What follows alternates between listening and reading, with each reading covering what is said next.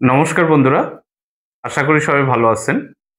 আমি আজকে একটি হোমিওপ্যাথির গুরুত্বপূর্ণ এবং খুব গভীর ক্রিয়াশীল একটি মেডিসিন নিয়ে আলোচনা করব। যে মেডিসিনটি শরীরের অত্যাধিক দুর্বলতা, রক্তশূন্যতা, চেহারা ফ্যাকাশে হয়ে যাওয়া বা সাদা বর্ণের মতো হয়ে যাওয়া, পাকস্থলীর দুর্বলতা, পাকস্থলীর ক্যান্সার, বহুমূত্র, জ্বর এবং শরীরে পানি জমার মতো যে সমস্যা দেখা দিয়ে থাকে, এই সমস্ত সমস্যায় বা এই ধরনের মারাত্মক পরিস্থিতিতে হোমিওপ্যাথিতে একটি খুব গুরুত্বপূর্ণ মেডিসিন রয়েছে, যে মেডিসিনটি খুব গভীরভাবে কাজ করে থাকে। সেই মেডিসিনটা হচ্ছে অ্যাসিড অ্যাসিটিক। এই অ্যাসিড অ্যাসিটিক হোমিওপ্যাথিক মেডিসিনটি নিয়ে আজকে আমি আলোচনা করব। আলোচনায় আসছি আমি ডাক্তার এস বসু, সহকারী মেডিকেল অফিসার, বাংলাদেশ হোমিওপ্যাথি চিকিৎসা ও শিক্ষা council, medical centre, Boalmari, Faridpur. তো বন্ধুরা, যেহেতু আমি ফরিদপুর জেলার বলমারী উপজেলায় কর্মরত আছি, তাই আমার চেম্বারটাও বলমারী উপজেলায়।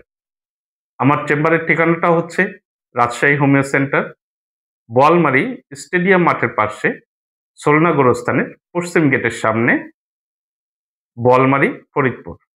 এখানে আমি প্রতিদিন দুপুর ৩টা থেকে রাত্রি ৯টা পর্যন্ত নিয়মিত চিকিৎসা সেবা প্রদান করে থাকি। তাই আপনারা যদি কেউ সরাসরি আমার চেম্বারে আসতে চান, তাহলে স্ক্রিনে দেওয়া যে নাম্বারটা আছে, এই নাম্বারে যোগাযোগ করে আসতে পারবেন। এছাড়াও দেশ ও দেশের বাইরে থেকে যে সকল বন্ধুরা আমার নিয়মিত ভিডিও দেখে থাকেন, তাদের যদি হোমিওপ্যাথি চিকিৎসা এবং স্বাস্থ্য বিষয়ক যে কোনো সমস্যা বা যে কোনো বিষয় নিয়ে যদি আলোচনা করতে চান, তাহলে স্ক্রিনে দেওয়া যে নাম্বারটা আছে, এই নাম্বারে ইমো এবং হোয়াটসঅ্যাপ দুটোই রয়েছে। আপনারা যে কোনো মাধ্যমে আমার সাথে যোগাযোগ করতে পারবেন। তো বন্ধুরা, আসুন জেনে নিই এই অ্যাসিড অ্যাসিটিক মেডিসিনটা আসলে কতটা গুরুত্বপূর্ণ এবং কতটা গভীরভাবে কাজ করে থাকে এবং কতটা জটিল সমস্যায় সবচেয়ে ভালো কাজ করে থাকে। এই ওষুধটি সাধারণ ভিনেগারের মূল উপাদান থেকে প্রস্তুত করা হয়। তো বন্ধুরা, এই মেডিসিনটা প্রথমত যে লক্ষণের উপরে প্রয়োগ করা হবে সেটা নিয়ে আলোচনা করব। সেটা হচ্ছে দুর্বলতা বা চরম দুর্বলতা।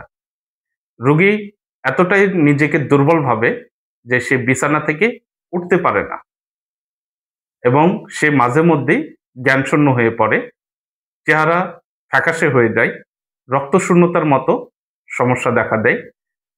এই ধরনের লক্ষণে এই অ্যাসিড অ্যাসিটিক হোমিওপ্যাথিক মেডিসিনটা অব্যর্থ হিসেবে কাজ করে থাকে।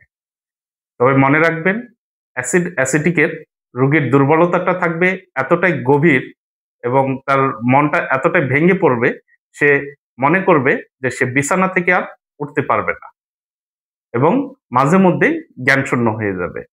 এই ধরনের লক্ষণে এই অ্যাসিড অ্যাসিটিক হোমিওপ্যাথিক মেডিসিনটি খুব ভালো কাজ করে থাকে। দ্বিতীয়ত, এই অ্যাসিড অ্যাসিটিক হোমিওপ্যাথিক মেডিসিনটি যাদের শরীরে জল জমে, পেটে জল জমে এবং পায়েও দেখা যায় যে জল জমে বা ফোলা ভাব থাকে, তাদের ক্ষেত্রেও এই অ্যাসিড অ্যাসিটিক হোমিওপ্যাথিক মেডিসিনটি খুব ভালো কাজ করে থাকে।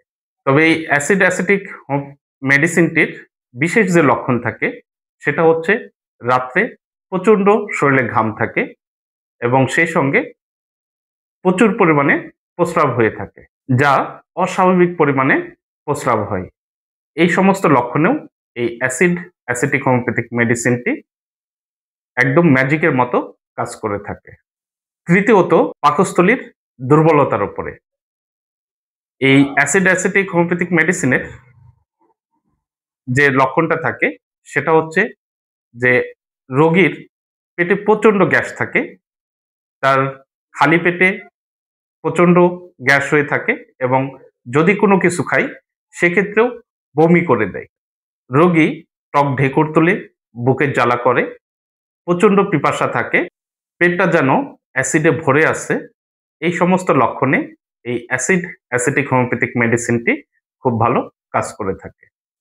এছাড়াও যারা পাকস্থলীর দুর্বলতা বা পাকস্থলীর ক্যান্সারের মতো সমস্যায় ভুগছেন, তাদের ক্ষেত্রেও এই অ্যাসিড অ্যাসিটিক হোমিওপ্যাথিক মেডিসিনটি খুব ভালো কাজ করে থাকে। শ্বাস-প্রশ্বাসজনিত সমস্যায় যদি কোনো রোগীর শ্বাস-প্রশ্বাসের সমস্যা হয়ে থাকে, নিঃশ্বাস নিতে কষ্ট হয় বা বুকের ভিতরে শো, শো শব্দ করে, গলা বা বুকের ভিতরে মনে হয় যেন তার মিথ্যা আরেকটা পর্দা তৈরি হয়েছে, এই ধরনের লক্ষণে এই অ্যাসিড অ্যাসিটিক হোমিওপ্যাথিক মেডিসিনটি খুব ভালো কাজ করে থাকে। এই অ্যাসিড অ্যাসিটিক হোমিওপ্যাথিক মেডিসিনের মানসিক যে লক্ষণ থাকে সেটা হচ্ছে রোগীর মেজাজ খুব খিটখিটে থাকে এবং তার মেজাজটা এতটাই খিটখিটে থাকে যে তার সাথে ভালো কোনো কথা বললেও সে সহ্য করতে পারে না।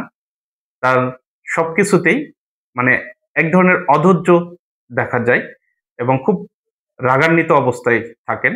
তার মেজাজটা একদমই খুব খিটখিটে হয়ে থাকে।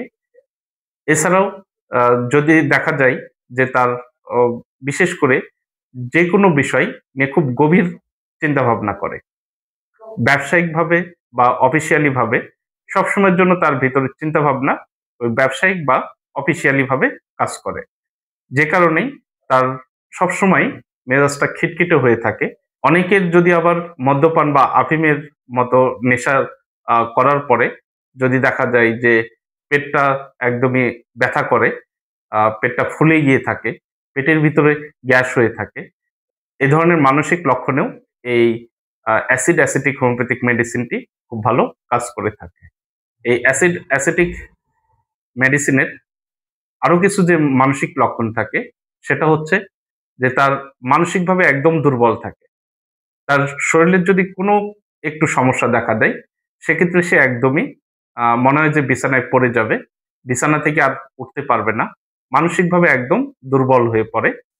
আর মহিলাদের ক্ষেত্রে দেখা যায় যে, যে সকল মহিলা বাচ্চা প্রসবের পরে বাচ্চাকে দুগ্ধপান করানোর কারণে একদমই দুর্বল হয়ে যান, যে তার শারীরিকভাবে একদমই দুর্বলতা দেখা দেয়। সেই সাথে দেখা যায় যে তার রক্তশূন্যতার মতো সমস্যা, চেহারা ফ্যাকাশে হয়ে যায়। এই ধরনের লক্ষণেও এই অ্যাসিড অ্যাসিটিক হোমিওপ্যাথিক মেডিসিনটি খুব ভালো কাজ করে থাকে। ডায়াবেটিস রোগীদের ক্ষেত্রেও এই অ্যাসিড অ্যাসিটিক হোমিওপ্যাথিক মেডিসিনটি খুব ভালো কাজ করে থাকে। যারা প্রচুর পরিমাণে খুব ঘন, ঘন প্রস্রাব করে থাকেন এবং সেই সাথে পানি পিপাসাটা থেকে খুব অত্যধিক প্রচুর পরিমাণে পানি পিপাসা লাগে এবং সেই সাথে খুব ঘন, ঘন আ প্রস্রাব করে থাকেন। এই ধরনের ডায়াবেটিস রোগীদের ক্ষেত্রেও এই অ্যাসিড অ্যাসিটিক হোমিওপ্যাথিক মেডিসিনটি খুব ভালো কাজ করে থাকে।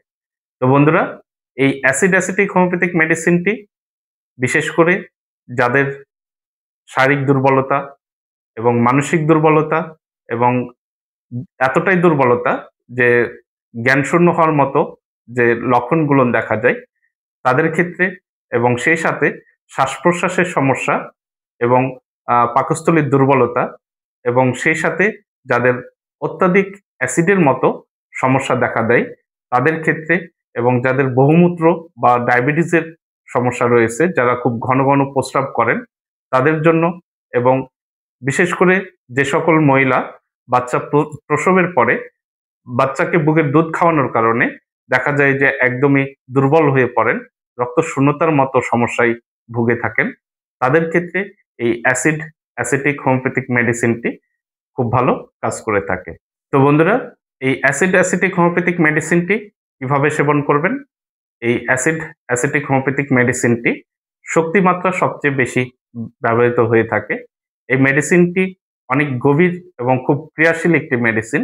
তাই এই মেডিসিনটা সেবনের পূর্বে অবশ্যই একজন রেজিস্টার্ড প্রাপ্ত অভিজ্ঞ হোমিওপ্যাথি চিকিৎসকের পরামর্শ অনুযায়ী এই মেডিসিনটা সেবন করবেন। এছাড়াও এই মেডিসিনটা সেবনের পূর্বে যদি আপনি আমার সাথে আলোচনা করতে চান, তাহলে স্ক্রিনে দেওয়া যে নাম্বারটা আছে, এই নাম্বারে অবশ্যই যোগাযোগ করবেন।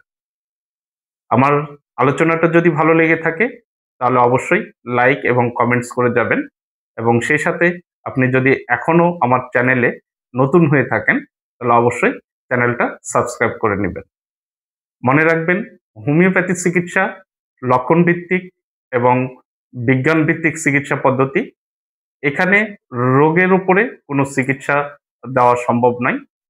হোমিওপ্যাথি চিকিৎসার মূল বৈশিষ্ট্য হচ্ছে রোগীর রোগ লক্ষণের উপরে মেডিসিন নির্বাচন করতে হয়। তাই যে কোনো আলোচনা শুনেই আপনারা সাধারণত কিছু লক্ষণ শুনেই বা লক্ষণের সাথে মিলিয়েই কখনোই মেডিসিন সেবন করতে যাবেন না। অবশ্যই একজন অভিজ্ঞ রেজিস্টার্ড প্রাপ্ত চিকিৎসকের পরামর্শ অনুযায়ী আপনারা মেডিসিন সেবন করবেন। হোমিওপ্যাথিতে যে কোনো ক্রনিক ডিজিজ বা অনেক পুরাতন রোগ, এই ধরনের রোগের চিকিৎসা খুব ভালো হয়। তাই আপনারা হোমিওপ্যাথি চিকিৎসা নিন, সুস্থ থাকুন এবং সুন্দর থাকুন। আজকের আলোচনা এই পর্যন্তই। নতুন কোনো আলোচনা বা নতুন কোনো মেডিসিন নিয়ে আলোচনায় আসব।